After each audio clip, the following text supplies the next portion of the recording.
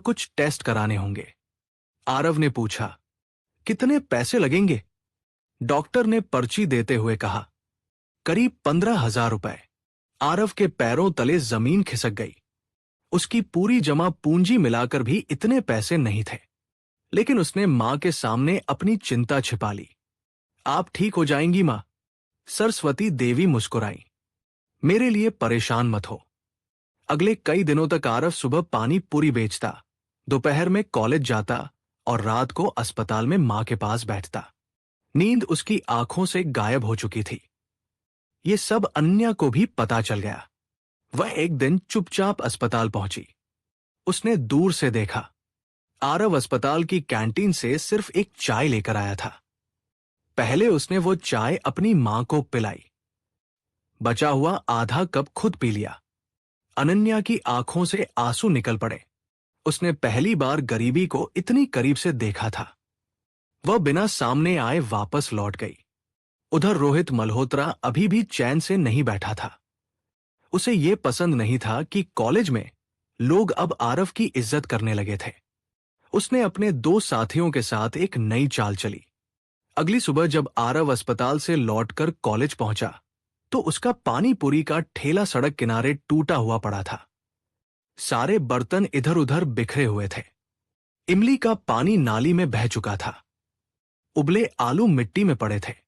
आरव कुछ पल तक चुपचाप खड़ा रहा। उसकी कई दिनों की मेहनत कुछ मिनटों में बर्बाद हो चुकी थी। पास खड़े एक चाय वाले ने धीरे से कहा, बेटा, रात को कुछ लड़के आए थे, उन्होंने ही ये सब किया। आरव ने किसी का नाम नहीं पूछा। उसने एक एक बर्तन उठाना शुरू कर दिया। तभी कॉलेज के कई छात्र वहां पहुंच गए। अनन्या भी आई। टूटा हुआ ठेला देखकर उसकी आंखें भर आईं। वह कुछ कह पाती उससे पहले प्रोफेसर शेखर वर्मा भी आ गए। उन्होंने बिना कुछ बोले ठेले का एक पहिया उठाया। फिर दूसरे छात्र भी आगे बढ़े। किसी ने बर्तन उठाए, किसी ने लकड़ी सीधी की, किसी ने सड़क साफ की। कुछ ही देर में दर्जनों छात्र आरव के साथ खड़े थे। आरव की आंखों से पहली बार आंसू बह निकले। उसने कभी नहीं सोचा था कि जिन लोगों के बीच उसका मजाक उड़ाया गया था वही लोग आज उसकी ताकत बनेंगे। लेकिन भीड़ से थोड़ी दूर खड़ा एक आदमी ये सब ध्यान से देख रहा था। वह विक्रम सिंह का पुराना मैनेजर था।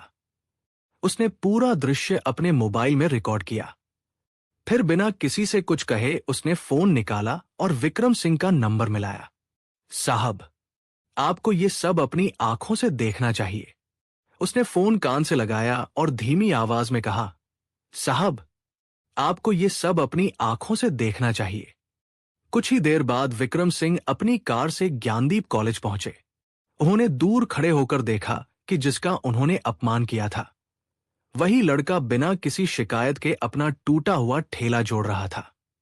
उसके आसपास कॉलेज के छात्र और प्रोफेसर शेखर वर्मा उसकी मदद कर रहे थे। विक्रम सिंह पहली बार चुप थे। उन्होंने अपने मैनेजर से पूछा, इसने किसी पर आरोप लगाया? मैनेजर बोला, नहीं साहब, इसने सिर्फ इतना कहा कि मेहनत फिर से कर लूंगा। यह सुनते ही विक्रम सिंह की नजर झुक गई। उसी समय अस्पताल से फोन आया। डॉक्टर ने बताया कि सरस्वती देवी की तबीयत अचानक बिगड़ गई है। आरव बिना एक पल रुके अस्पताल की ओर दौड़ पड़ा। अनन्या भी उसके पीछे चली गई। अस्पताल पहुंचते ही डॉक्टर ने कहा, इलाज तुरंत शुरू करना होगा, नहीं तो देर हो सकती है। आरव ने अपनी जेब टटोली। उसमें कुछ ही रुपए बचे थे। उसने कांपते हाथों से कहा, डॉक्टर साहब, इलाज शुरू कर दीजिए। पैसे का इंतजाम मैं कर लूंगा। वह अस्पताल से बाहर निकला और अपने पानी पूरी के ठेले को बेचने के लिए तैयार हो गया। जिस ठेले ने उसे पढ़ाया था आज वही मां की जान बचाने का आखिरी सहारा था। तभी पीछे से एक आवाज आई, ठेला नहीं बिकेगा। आरव ने मुड़कर देखा। सामने विक्रम सिंह खड़े थे। उन्होंने डॉक्टर के पास जाकर पूरे इलाज का खर्च जमा कर दिया। आरव ने तुरंत कहा, नहीं साहब, मैं एहसान नहीं ले सकता। विक्रम सिंह की आंखें भर आई। उन्होंने धीमे स्वर में कहा, यह एहसान नहीं है बेटा, मेरी गलती का प्रायश्चित है। आरव कुछ नहीं बोला। उसकी आंखों से आंसू बह निकले। कुछ दिनों बाद सरस्वती देवी पूरी तरह स्वस्थ होकर घर लौट आई। उधर कॉलेज की जांच में सच्चाई सामने आ गई।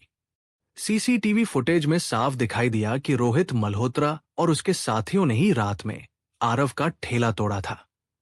कॉलेज प्रशासन ने रोहित को निलंबित कर दिया। रोहित सिर झुकाकर आरव के सामने आया। मुझे माफ कर दो, आरव ने शांत स्वर में कहा। गलती मान लेना ही इंसान की सबसे बड़ी हिम्मत है। मैं तुम्हें माफ करता हूं। रोहित फूट फूट कर रो पड़ा। कुछ दिनों बाद विक्रम सिंह ने अपने रॉयल हेरिटेज पैलेस में एक बड़ा समारोह रखा। शहर के प्रतिष्ठित लोग वहां मौजूद थे। सबके सामने विक्रम सिंह मंच पर आए। उन्होंने आरव का हाथ पकड़कर कहा, आज तक मुझे अपनी दौलत पर घमंड था, लेकिन इस लड़के ने मुझे इंसानियत की असली कीमत सिखा दी। अगर मेरी बेटी ने जीवन साथी चुना है तो उससे बेहतर चुनाव कोई नहीं हो सकता। पूरा हॉल तालियों से गूंज उठा। अनन्या की आंखों से खुशी के आंसू बह निकले। सरस्वती देवी ने बेटे के सिर पर हाथ रखा और कहा, आज तेरे पिता जहां भी होंगे तुझ पर गर्व कर रहे होंगे। आरव ने झुककर अपनी मां के पैर छुए। कुछ महीनों बाद आरव ने अपना पहला बड़ा रेस्टोरेंट शुरू किया, लेकिन उसने कॉलेज के बाहर अपना छोटा पानी पूरी का ठेला हमेशा के लिए नहीं हटाया। हर रविवार वह खुद वहां खड़ा होकर गरीब बच्चों को मुफ्त में पानी पूरी खिलाता था। उसके लिए वही ठेला उसकी पहचान था। उसी ने उसे सम्मान, प्यार और जीवन का सबसे बड़ा सबक दिया था। समय बदल गया, लेकिन आरव की सादगी नहीं बदली। अनन्या ने भी हमेशा उसका साथ निभाया। दोनों ने मिलकर गरीब विद्यार्थियों की पढ़ाई के लिए एक ट्रस्ट शुरू किया, ताकि किसी और को गरीबी के कारण अपने सपने न छोड़ने पड़े। यही उनकी सबसे बड़ी जीत थी। सीख: इंसान की असली पहचान उसके पैसे, कपड़ों या परिवार से नहीं,